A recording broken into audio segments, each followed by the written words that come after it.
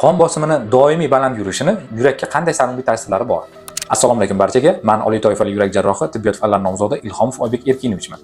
Bizning tomirlarimiz qon bosimini 170, 180 mm sinov ustuni bo'lgandagina o'zini yaxshi his qiladi.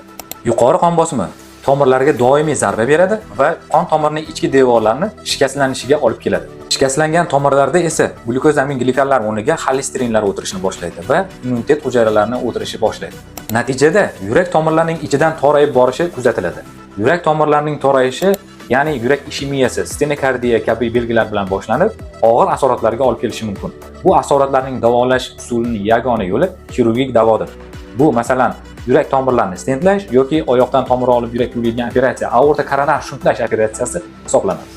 Agarda qon bosimi muntazam oshib boriladigan bo'lsa, keyinchalik yillar mobaynida yurak operatsiyalariga yoki stentlashga muhtojlik tug'ilishi mumkin.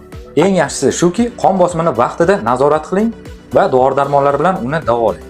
Tabiiy yo'llari jismoniy faollik, stresslarni nazorat qilish, parhez qilish va zararli odatlardan voz kechish hisoblanadi. Bundan-da foydaliroq ma'lumotlarni olish uchun mening sahifalarimga obuna bo'ling, yaqinlaringiz bilan ulashing va like bosing.